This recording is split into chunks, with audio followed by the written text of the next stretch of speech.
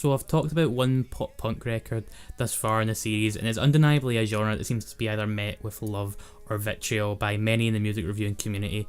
The reasoning for either side isn't really lost on me. Pop punk music can be super impassioned more often than not, and in that sense it can be really comforting to a person, while others can find that being gratingly melodramatic and hard to digest to some as well. And much like your pal, you know, the one that'll tell you that Die Hard is their favourite Christmas movie, is sort of a haha, I'm not like normal people, even though Die Hard is really fucking good. Some will probably kind of have a similar argument when it comes to pop punk, and they'll go, Jeff Rosenstock, Worry, oh that's my favourite pop punk record, because in many ways it both is a pop punk record, and just if you analyse it all, it has the makings of one, and in other ways it isn't. It just feels like a really good punk record in the same way. And yeah, I'm talking about Jeff Rosenstock's Worry today because it's an album that back in 2016 I liked, and I got to it fairly late, but each year I listen to this, it improves dramatically. I can't think of a single real fault going for it. I think that's probably why it wins many people over who, when it comes to any sort of album even like has a bit of pop punk to it, they usually kind of go, oh, Worry will be the one that will win them over as well. I think the chaos that this album discusses both internally and externally is why it intrigues me so much.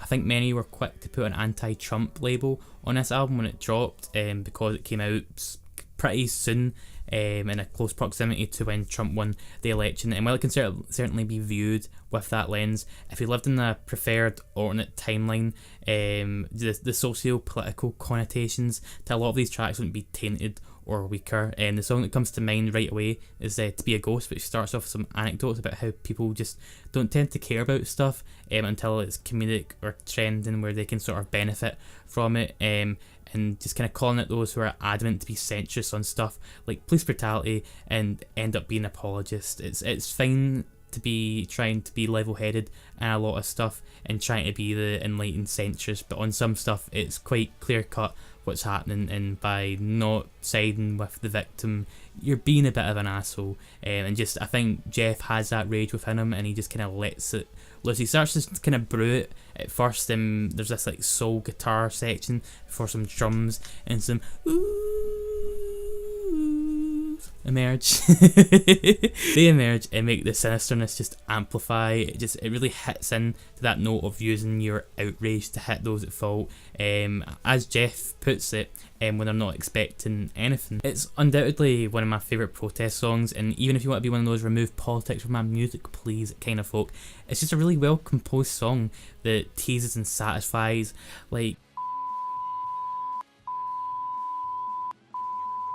every song feels just as satisfying, and the scope changes a lot, I have to admit that, but it's always channeling how worrying life can be, whether it's being scared about everyone appreciating you only after you die, gentrification, oppression, being in love, especially when the rest of the world seems to be severely lacking in said love, or the pop punk staple of romantic ambiguity. The fact that the album only clocks in at 37 minutes but manages to accommodate so many different topics, incorporate some tasty elements including some ska, which makes sense considering Jeff's time in the music industry, and just pack it in with a flow that just gives me chills more often than not. Seriously, the way that songs like Blast Damage Days flows into Bang on the Door gives me both chills and an unhealthy amount of adrenaline every damn time.